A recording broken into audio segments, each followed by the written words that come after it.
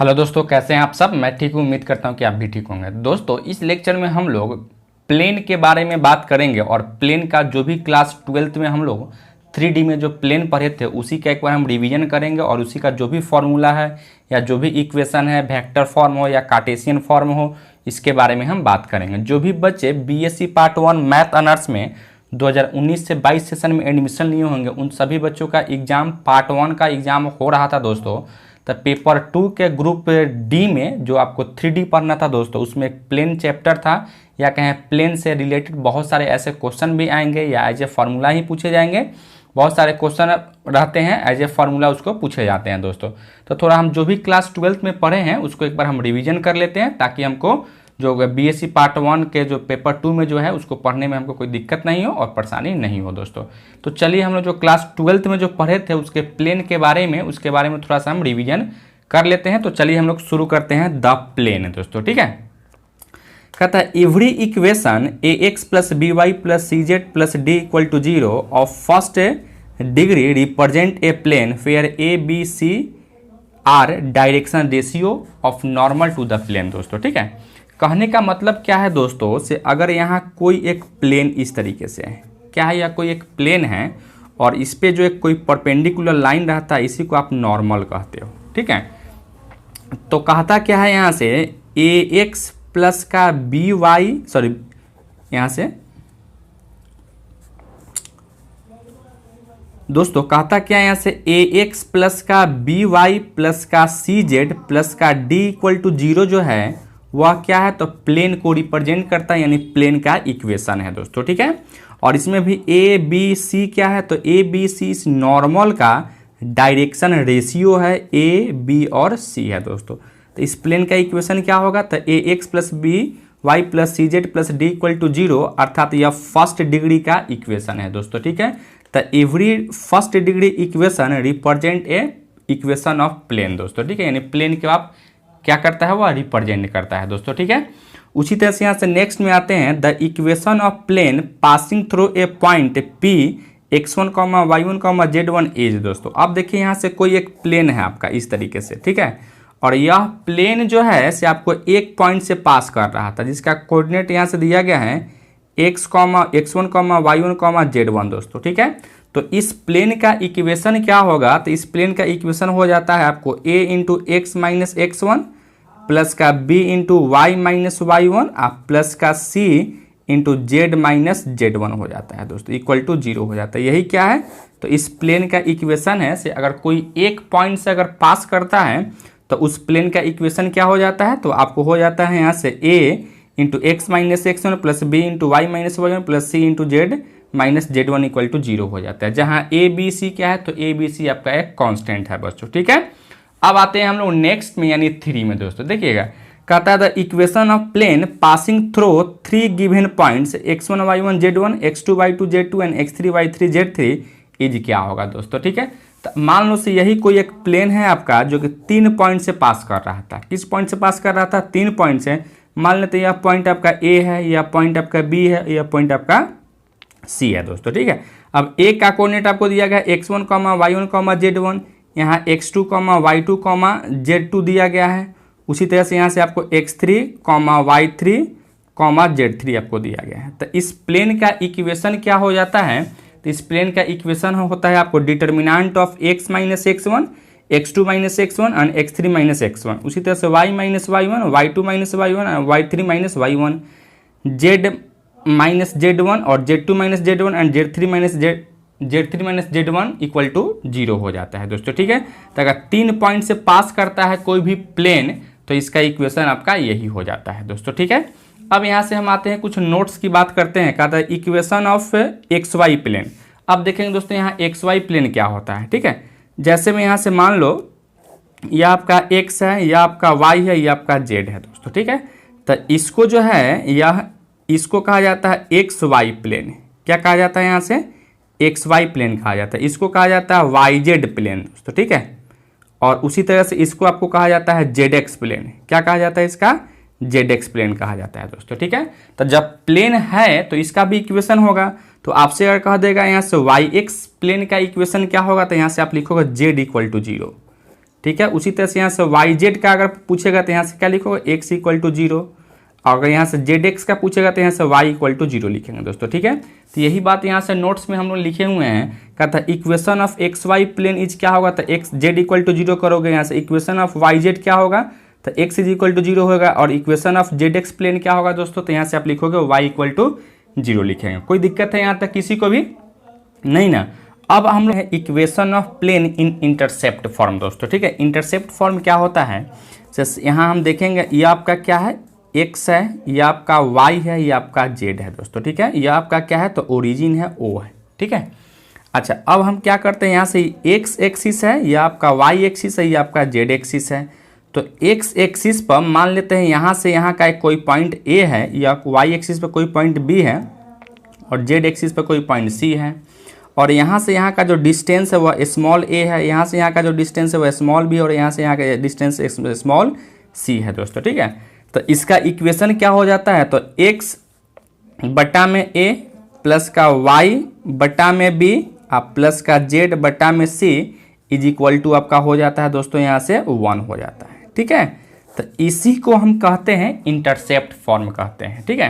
तो यही बात यहाँ से कह रहा था, the equation of plane intercepting length a b and c with x axis y axis z axis respectively, then x by a plus y by b plus z by c equal to 1 हो जाता है दोस्तों, ठीक है।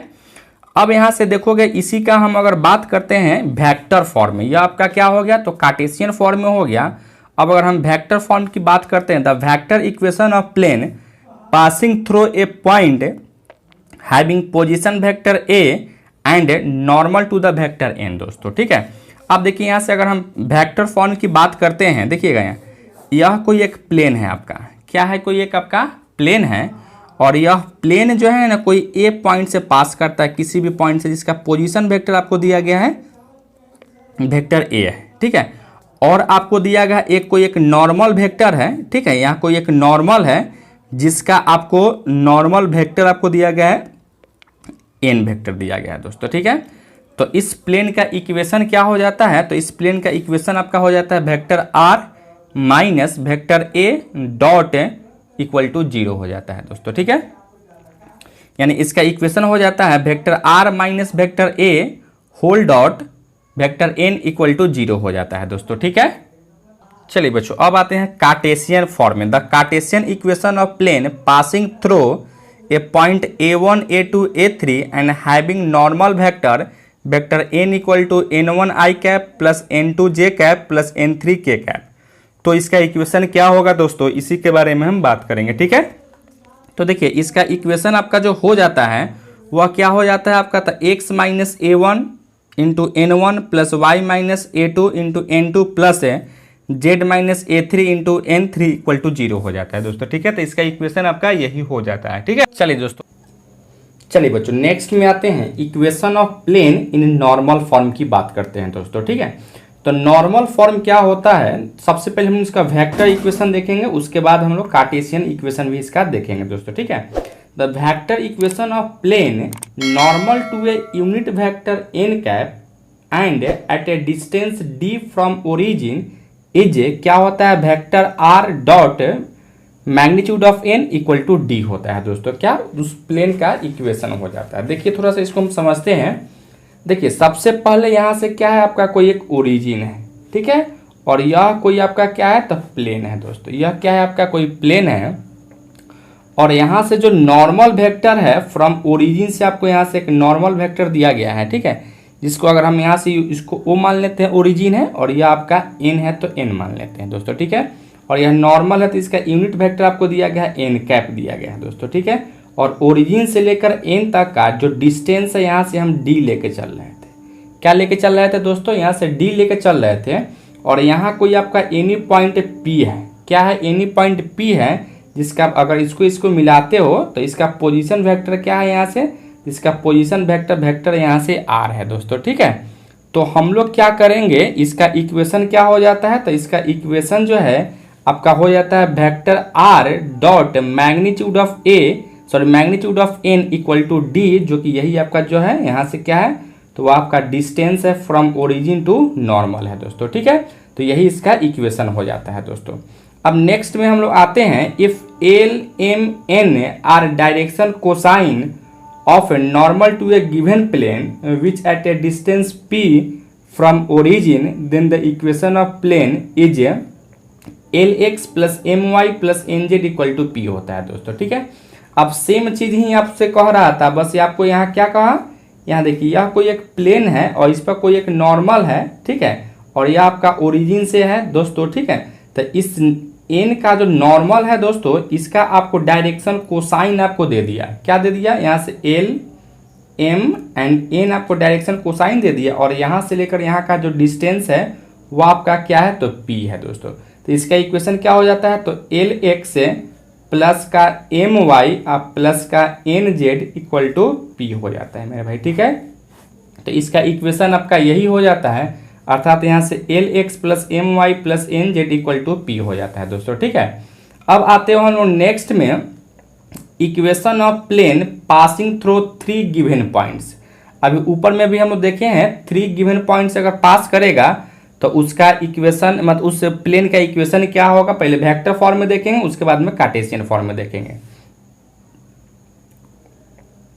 देखिए यहाँ से vector equation of plane passing through 3 non collinear points with position vector, vector a, vector b and vector c is.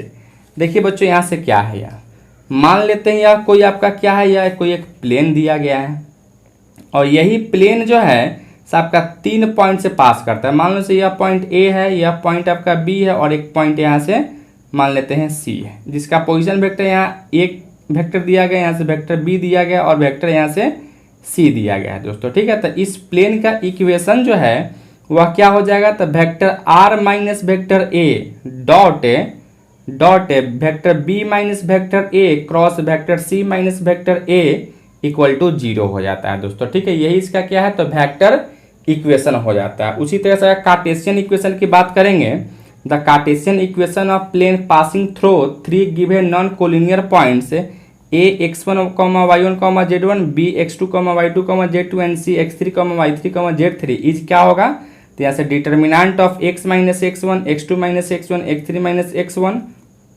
y minus y1, y2 minus y1 and y3 minus y1 and z minus z1, z2 minus z1 and z3 minus z1 equal to 0 हो जाता है दोस्तों। ठीक है, यह जब 3 point से पास करता है तो इसका इक्वेशन हो जाता है दोस्तों। ठीक है, अब हम लोग नेक्स्ट में बात करेंगे equation of plane parallel to given plane दोस्तों। ठीक है, यानी कोई एक प्लेन का इक्वेशन दे देगा और वही प्लेन जो है किसी दूसरे प्लेन का पैरेलल रहेगा तो क्या होगा दोस्तों। ठीक है, जैसे में यहाँ से देखिए यह एक कोई प्लेन है, यहाँ कोई एक प्लेन है, ठीक है, इसी के पैरेलल जस्ट कोई दूसरा प्लेन है दोस्तों। ठीक है, इसी के जस्ट क्या, ये आपका प्लेन 1 है, ये आपका प्लेन 2 है। अब इस प्लेन का इक्वेशन अगर आपको दे देता है तो इस प्लेन का इक्वेशन आपसे पूछेगा।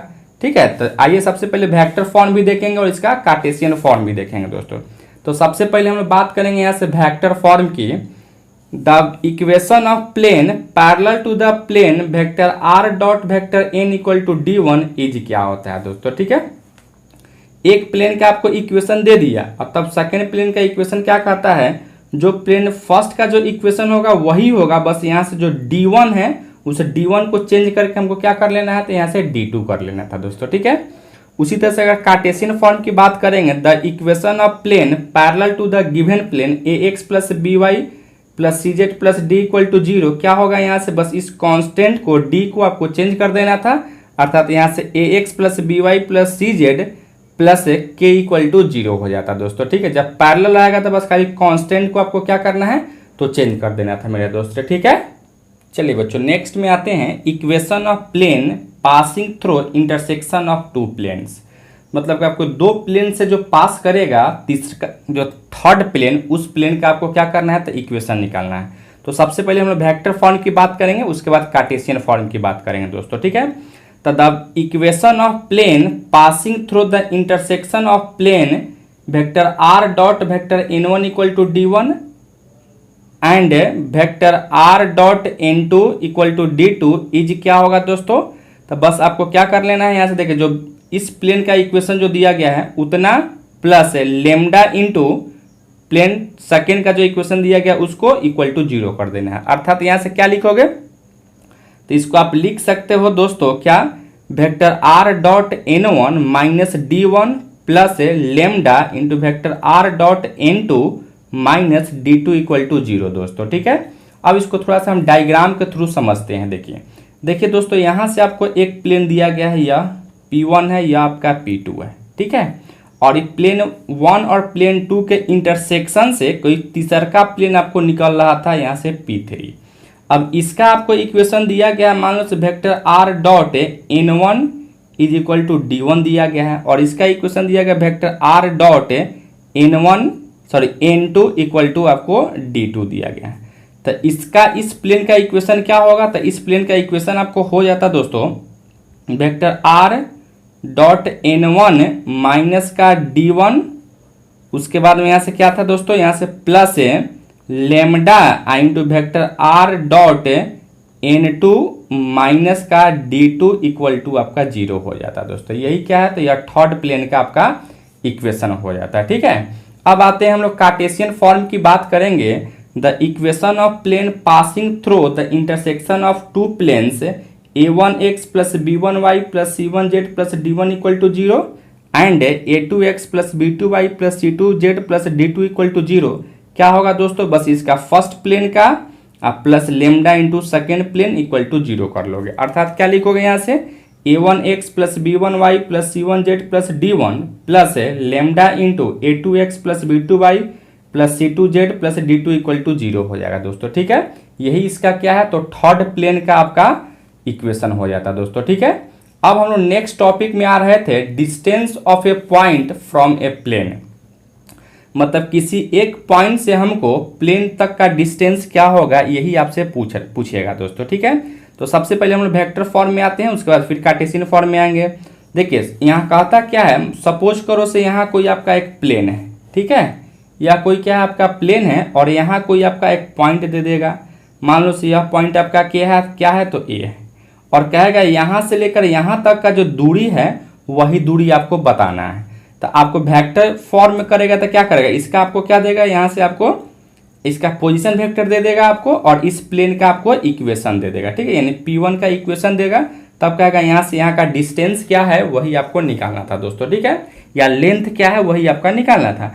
तो the length of perpendicular from a point having position vector a to the plane vector r dot n vector equal to d is क्या होता है, तो p इक्वल टू होता है magnitude of vector n dot magnitude of vector n dot vector n minus d बट्टा में magnitude of vector n हो जाता है दोस्तों। ठीक है, यही इसका क्या है, तो perpendicular distance from a point a to the plane होता है मेरे दोस्त। ठीक है, अब जस्ट इसका कार्टेशियन फॉर्म में अगर आओगे तो क्या लिखोगे, यहाँ से कार्टेशियन इक्वेशन दे देगा, और यहाँ जो पोजीशन वेक्टर दिया गया था वो आपको कोई पॉइंट दे देगा यहाँ कार्टेशियन फॉर्म में। तो यहाँ से देखिए आपको दिया गया है कार्टेशियन फॉर्म में क्या दिया गया है, यहाँ से हम लोग कार्टेशियन फॉर्म की बात करेंगे तो क्या दिया गया था दोस्तों, यहाँ से देखिए यहाँ से यही आपका कार्टेशियन फॉर्म है। यहाँ से the length of perpendicular from a point P x1, y1, z1 to the plane ax plus by plus cz plus d equal to 0 is क्या हो जाता है, तो a1x plus b1y plus c1z plus d2 अब बट्टा में root under a square plus b square plus c square का यहाँ आपको एक मॉड लगा देता है, क्योंकि डिस्टेंस जो है कभी भी निगेटिव नहीं होता है, इसलिए यहाँ से क्या लगा दिया, या तो मॉड लगा दिया दोस्तों। ठीक है, अब इसको अगर डायग्राम के थ्रू समझना चाहते हो तो आप समझ सकते हो। जैसे यह कोई आपका एक प्लेन है। ठीक है, इस प्लेन का आपको इक्वेशन क्या दे दिया है यहाँ से, तो ax प्लस का by प्लस का cz प्लस का d इक्वल टू 0, और यहाँ कोई एक पॉइंट P है जिसका कोऑर्डिनेट है x1, y1, z1। तो यहाँ से और प्लेन का जो डिस्टेंस होगा वही आपको डिस्टेंस क्या हो जाता था, तो डिस्टेंस हम लोग हो जाता था यहाँ से क्या, ax1 प्लस का by1 प्लस का cz1 प्लस का d अब बट्टा में root under a square plus का b स्क्वायर प्लस का c स्क्वायर का मॉड हो जाता था दोस्तों। ठीक है, यही इसका क्या है, तो परपेंडिकुलर डिस्टेंस यानी p इक्वल टू आपका हो जाता था दोस्तों। ठीक है, अब यहाँ से देखिए एक नोट में अगर डालते हैं, अगर यह जो पॉइंट जो था यह अगर ओरिजिन से होता तो क्या होता दोस्तों, तो length of perpendicular from origin यानी 0, 0, 0 to the plane A x plus B Y plus C z equal to zero, तो क्या होगा यहाँ x1 y1 z1 की जगह पर 0 0 हो जाएगा। अर्थात यहाँ से क्या लिखोगे, मॉड ऑफ डी बट्टा में root under A square plus B square plus C square ही उसका क्या हो जाता, तो आपको परपेंडिकुलर डिस्टेंस फ्रॉम ओरिजिन हो जाता दोस्तों। ठीक है, अब हम लोग नेक्स्ट में बात करते हैं distance between two parallel plane. अगर कोई भी दो पैरेलल प्लेन रहेगा तो उसके बीच का जो डिस्टेंस है वह क्या होगा दोस्तों, इसके बारे में हम बात करेंगे। ठीक है, तो यहाँ से सबसे पहले हम लोग यहाँ से कार्टेशियन फॉर्म की बात करेंगे। The distance between two parallel plane A x plus B Y plus C Z plus D one equal to zero and A x plus B Y plus C Z plus D two equal to zero is क्या होता था, D equal to D one minus D two बट्टा में root under A square plus B square plus का C square हो जाता है दोस्तों। ठीक है, अब देखिए यहाँ से मान लो से यह कोई आपका एक प्लेन है, ठीक है, और कोई दूसरा का प्लेन आपको इस तरीके से है जो कि दोनों क्या एक दूसरे के पैरेलल है, तो दोनों के बीच का अगर आपको डिस्टेंस अगर पूछेगा दोस्तों तो क्या इसका डिस्टेंस होगा, तो दोनों का इक्वेशन आपको दिया गया है और वहां से डिस्टेंस का फॉर्मूला आपका यही हो जाता है मेरे दोस्त। ठीक है, अब आते हैं इसका हम लोग वेक्टर फॉर्म में। वेक्टर फॉर्म में क्या कहता था, distance between two parallel planes, यही वेक्टर आपको इक्वेशन दिया गया है। तो क्या करोगे यहाँ से d equal to D one minus D two, आप बट्टा में मैग्नीट्यूड ऑफ वेक्टर n लिख सकते थे दोस्तों। ठीक है, यहाँ तक किसी को कोई डाउट है? अब आते हो नेक्स्ट में एंगल बिटवीन टू प्लेन्स। अगर दो प्लेन के बीच का अगर एंगल निकालना होगा तो कैसे निकालोगे, जैसे स्ट्रेट लाइन में भी हम लोग देखे थे से दो स्ट्रेट लाइन के बीच का एंगल कैसे निकालते थे, उसी तरह से दो प्लेन के बीच का एंगल क्या होता है दोस्तों। तो सबसे पहले हम लोग यहाँ से वेक्टर फॉर्म की बात करेंगे। तो वेक्टर फॉर्म में क्या होता है, प्लेन का वेक्टर इक्वेशन देगा और कार्टेशियन में कार्टेशियन इक्वेशन देगा। तो चलिए सबसे पहले वेक्टर फॉर्म की बात करते हैं।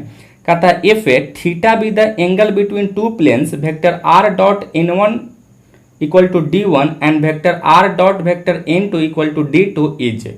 दो गो प्लेन का आपको इक्वेशन दे दिया और दोनों प्लेन के बीच का एंगल आपसे पूछता है, तो क्या होता है यहाँ से cos theta is equal to vector N one dot vector N two बट्टा में magnitude of vector N one into magnitude of vector N two ही होता है दोस्तों। ठीक है, अब आते हुए इसका कुछ कंडीशन है। कंडीशन की बात करते हैं, कोई भी दो प्लेन एक दूसरे के परपेंडिकुलर होगा तो उसका क्या कंडीशन होगा, कोई भी दो प्लेन एक दूसरे के पैरेलल होगा तो क्या कंडीशन होगा, या क्या उसके दोनों के बीच का एंगल बनेगा, वही चीज हम बात करेंगे दोस्तों। ठीक है, तो यहाँ से if two planes this and this are perpendicular to each other. ठीक है, दो प्लेन क्या है एक दूसरे के परपेंडिकुलर है, तो परपेंडिकुलर शो करने के लिए करेगा तो क्या कहोगे यहाँ से, तो यहाँ से vector N one dot vector N two equal to zero होगा दोस्तों। परपेंडिकुलर होगा तो दोनों के बीच का एंगल कितना बनेगा, आपको 90 डिग्री बनेगा। तो यहाँ से cos 90 क्या रखोगे, cos 90 यहाँ से जीरो हो जाता है, जीरो में इससे गुना करो तो जीरो हो जाएगा, अर्थात यहाँ से n one dot vector N two equal to zero हो जाएगा आपका। उसी तरह से नेक्स्ट में आता है if two planes this and this are parallel to each other, दोनों अगर एक दूसरे के पैरेलल होगा तो क्या लिखोगे यहाँ से vector N one dot lambda into vector N two, जहाँ लेमडा क्या होगा तो लेमडा आपका एनी कोई स्केलर होता है मेरे दोस्त। ठीक है, चलिए दोस्तों अब नेक्स्ट में आते हैं कार्टेशियन फॉर्म की बात करते हैं। कार्टेशियन फॉर्म में क्या होगा, आपका प्लेन का कार्टेशियन इक्वेशन दे देगा, तब उसके बीच का एंगल पूछेगा क्या होगा। तो if theta be the angle between plane से A one X plus B one Y plus C one Z plus D one equal to zero and A two X plus B two Y plus C two Z plus D two equal to zero, then देखिए दो plane का आपको equation दे दिया और दोनों plane के बीच का जो एंगल है वह क्या है, थीटा है। तो एंगल क्या होगा यहाँ से cos theta is equal to A one A two plus B one B two plus C one C two whole बटा रूट अंडर ए वन का स्क्वायर प्लस बी वन का स्क्वायर प्लस सी one का square into a two का square plus B two का square plus सी two का square हो जाता है दोस्तों। ठीक है, वही यही क्या होगा, दोनों प्लेन के बीच का एंगल हो जाता है। ठीक है, अब कंडीशन की बात करते हैं। If two planes are perpendicular to each other, अगर कोई भी दो प्लेन एक दूसरे के परपेंडिकुलर होगा तो उसका क्या कंडीशन होगा, तो A one A two plus B one B two plus C one C two equal to आपका जीरो हो जाता है दोस्तों। ठीक है, if two planes are parallel to each other, then अगर कोई भी दो प्लेन एक दूसरे के पैरेलल होगा तो क्या कंडीशन होगा, A one A two A one बटा A two plus B one बटा बी टू प्लस सी वन बटा सी टू होता है दोस्तों। ठीक है, यही क्या है यहाँ से यहाँ से एक प्लस नहीं होता बल्कि यहाँ से आपका इक्वल टू हो जाता है, ए वन बटा A two equal to B one बटा B two equal to C one बटा क्या होगा, यहाँ सी टू होगा दोस्तों। ठीक है, थोड़ा सा आपको यहाँ टाइपिंग में आपको कुछ गड़बड़ी किए हुए है। ठीक है, अब आते हैं हम लोग नेक्स्ट में आते हैं angle between line and plane. अब एक लाइन दे देगा और एक प्लेन देगा, तब उसके बीच का अगर एंगल पूछेगा दोस्तों तो कैसे निकालोगे? तो अगर वेक्टर फॉर्म में देगा तो वेक्टर इक्वेशन देगा, यानी स्ट्रेट लाइन का भी वेक्टर इक्वेशन देगा और प्लेन का भी वेक्टर इक्वेशन देगा, और कार्टेशियन में रहेगा तो क्या करोगे? यहाँ से कार्टेशियन में ही आपका इक्वेशन देता है। ठीक है, तो सबसे पहले हम लोग वेक्टर फॉर्म की बात करते हैं, आते हैं। If theta be the angle between line vector r equal to vector a plus lambda into vector b and the plane vector r dot vector n equal to d, then दोस्तों यह एक line का equation दे दिया, यह आपका एक plane का equation दे दिया। दोनों के बीच का एंगल अगर थीटा है तो एंगल क्या हो जाता है? Sine theta equal to vector b dot vector n बटा में magnitude of vector b into magnitude of vector n हो जाता है। एक चीज आप याद रखोगे, अगर प्लेन और प्लेन के बीच का एंगल निकालना होगा तो कॉस, या लाइन और लाइन के बीच का एंगल निकालना होगा तो भी कॉस, लेकिन अगर एक लाइन और एक प्लेन के बीच का एंगल निकालना होगा तो यहाँ से sine theta is equal to क्या होगा? तो यहाँ से जो लेमडा का कोफिशिएंट है वह, और यहाँ से जो वेक्टर एन जो है से वह, उसका डॉट प्रोडक्ट निकालेंगे और उतना ही से मैग्नीट्यूड से हम लोग भाग दे देंगे, तो वही क्या होगा? उसका एंगल निकल जाता है दोस्तों। ठीक है, अब आते हो यहाँ से इसका कंडीशन की बात करेंगे। If the line is perpendicular to each other, मतलब कि लाइन और प्लेन एक दूसरे के परपेंडिकुलर होगा तो उसका क्या कंडीशन होगा दोस्तों? तो यहाँ से इसका कंडीशन होगा क्या? Vector b cross vector n is equal to vector 0 होना चाहिए था, या आप कह सकते हो vector b equal to lambda into vector n होना चाहिए था। If the line is parallel to the plane, अगर लाइन और प्लेन दोनों एक दूसरे के पैरेलल होगा तो क्या होगा? यहाँ से vector b dot vector n equal to आपका 0 हो जाता है दोस्तों। ठीक है, अब हम लोग आते हैं, ये तो वेक्टर फॉर्म में देख रहे थे, अब आते हैं यहाँ से हम लोग कार्टेशियन फॉर्म में देखेंगे दोस्तों। ठीक है, तो चलिए हम लोग यहाँ से अब कार्टेशियन फॉर्म में देखते हैं। तो कार्टेशियन फॉर्म क्या है? If theta be the angle between the lines x minus x1 बटा L equal to y minus y1 बटा m equal to z minus z1 बटा n and the plane ax plus by plus cz plus d equal to 0, then क्या होगा? यहाँ से sine theta is equal to होगा al plus bm plus cn whole बटा root under A square plus B square plus C square into root under L square plus M square plus N square हो जाता है दोस्तों। ठीक है, अब हम लोग कंडीशन की अगर बात करते हैं यहाँ से, if the line is perpendicular to the plane, अगर लाइन जो है प्लेन के परपेंडिकुलर है दोस्तों तो इसका कंडीशन क्या होगा? यहाँ से एल बटा ए इक्वल टू एम बटा बी इक्वल टू एन बटा सी हो जाता है। If the line is parallel to the plane, अगर लाइन जो है प्लेन के पैरेलल है तो क्या कंडीशन होगा? A L plus B M plus C N equal to आपका 0 हो जाता है दोस्तों। ठीक है, अब हम लोग नेक्स्ट टॉपिक में आते हैं, क्या आते हैं यहाँ?